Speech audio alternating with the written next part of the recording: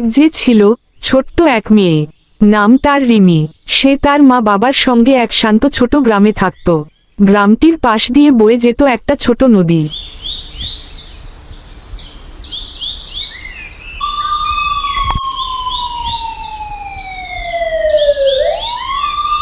আর রিমিদের বাড়ির পেছনেই ছিল একটি ছোট সুন্দর ফুলের বাগান।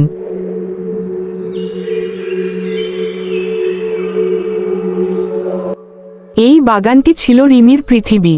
স্কুল থেকে ফিরে সে সোজা চলে যেত বাগানে। গাছের পাতায় পানি দিত, শুকনো পাতা সরাত, আর ফুলের গন্ধ শুকে শুকে গল্প করত। তার সবচেয়ে প্রিয় ফুল ছিল লাল গোলাপ আর নীল বেলি। সে বলতো, তোমরা আমার বন্ধুর মতো, আমি তোমাদের যত্ন নেব, তোমরা শুধু হাসো। রিমি এতই ভালোবাসত গাছকে যে মাঝে মাঝে সে খেয়ালি করত না পাখিরা তার পাশে বসে গান গাইছে, প্রজাপতিরা এসে তার কাঁধে বসছে।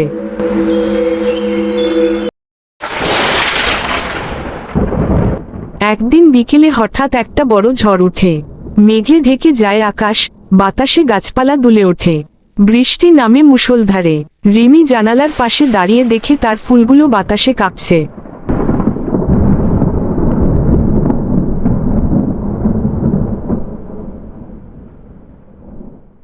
ঝড় শেষে সে দৌড়ে বাগানে গিয়ে দেখে সব গাছ ভেঙে পড়েছে, ফুলগুলো ছিঁড়ে পড়ে আছে মাটিতে। বাগান যেন একটা নিঃস্ব প্রান্তর। রিমির মন ভেঙে যায়। সে মাটিতে বসে পড়ে ফুলের গায়ে হাত বুলিয়ে কান্না করতে থাকে। সে বলে, তোমরা কেন এমন হলে? আমি তো প্রতিদিন তোমাদের ভালোবাসতাম, যত্ন নিতাম। ঠিক সেই মুহূর্তে হঠাৎ বাগানে একটা উজ্জ্বল সোনালী আলো জ্বলে ওঠে। রিমি চোখ মেলে দেখে এক আশ্চর্য দৃশ্য। আলোর মাঝখান থেকে ধীরে ধীরে আবির্ভূত হয় এক সুন্দরী পরী। পরী মৃদু হাসি দিয়ে বলল, রিমি, আমি তোমার ফুলদের কান্না শুনে এসেছি। তুমি যে ভালোবাসা দিয়েছ, প্রকৃতি তা ভুলে না।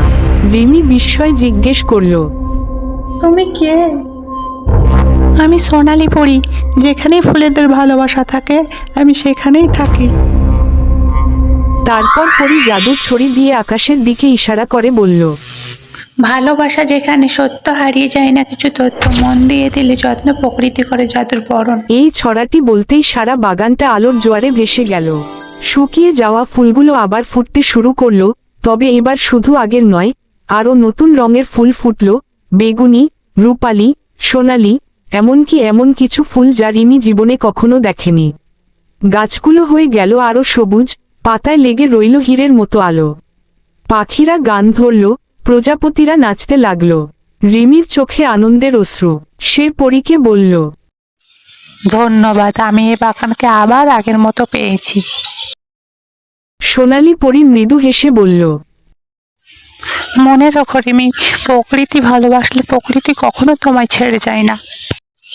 তোমার মনই তোমার সবচেয়ে বড় জাদু। প্রকৃতিকে ভালোবাসলে তা কখনো বিফলে যায় না রিমি। প্রকৃতির মায়া সবসময় তোমার সাথেই আছে। এখন আমি যাই রিমি, আমার যাওয়ার সময় এসেছে।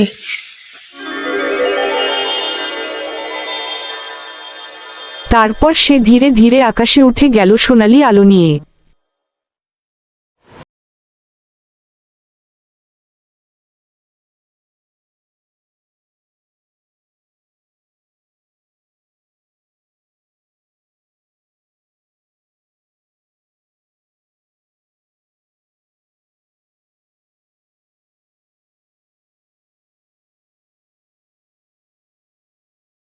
এটা আমি কি করে ফেললাম? সোনালি পরীর চলে যাওয়ার পর থেকে রিমির জীবন আরো রঙিন হয়ে উঠেছে। তার বাগান এখন শুধু ফুলে ফুলে ভরা নয়, পাখি, প্রজাপতি, খরগোশ, এমনকি এক জোড়া হরিণও মাঝে মধ্যে ঘুরে যায়। কিন্তু একদিন সকালে রিমি লক্ষ্য করল সে নিজে আর ঠিক মতো হাসতে পারছে না। ফুল ফুটছে, পাখি গাইছে, তবুও তার মন কেমন যেন ফাঁকা লাগছে।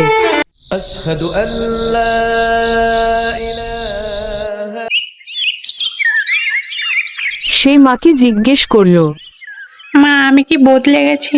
আমি কেন এখন আগের মতো আনন্দ পাই না?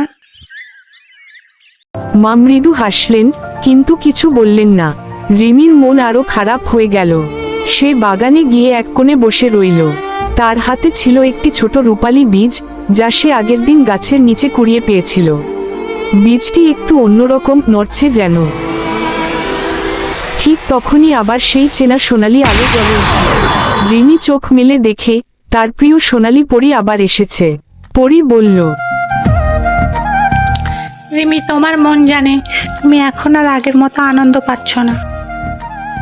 শুধু ফুলেদের সৌন্দর্য নয়, ভেতরের হাসিও খুব দরকার রিমি।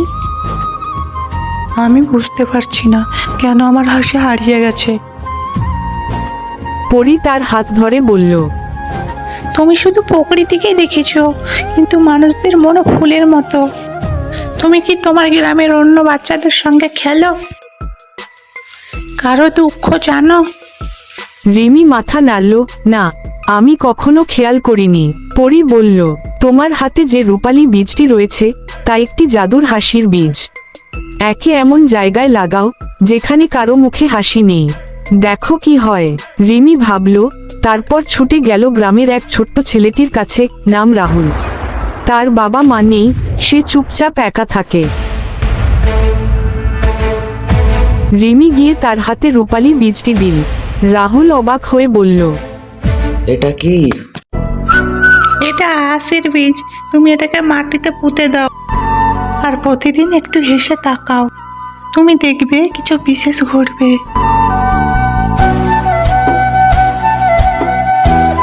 রাহুল বীজটি পুঁতে দিল নিজের উঠোনে।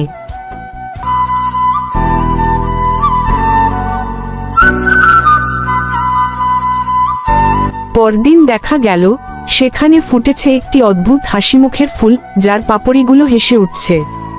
রাহুল প্রথমবারের মতো হেসে ফেলল, আর সেই হাসি দেখে রিমির মন ভরে গেল। তার হারিয়ে যাওয়া হাসিও ফিরে এল। সেদিন থেকে রিমি শুধু নিজের ফুল বাগানই নয়, গ্রামের সব শিশুদের সঙ্গে খেলতে লাগলো, তাদের গল্প শোনালো এবং জাদুর হাসির বীজ আরও অনেকের মাঝে ছড়িয়ে দিল।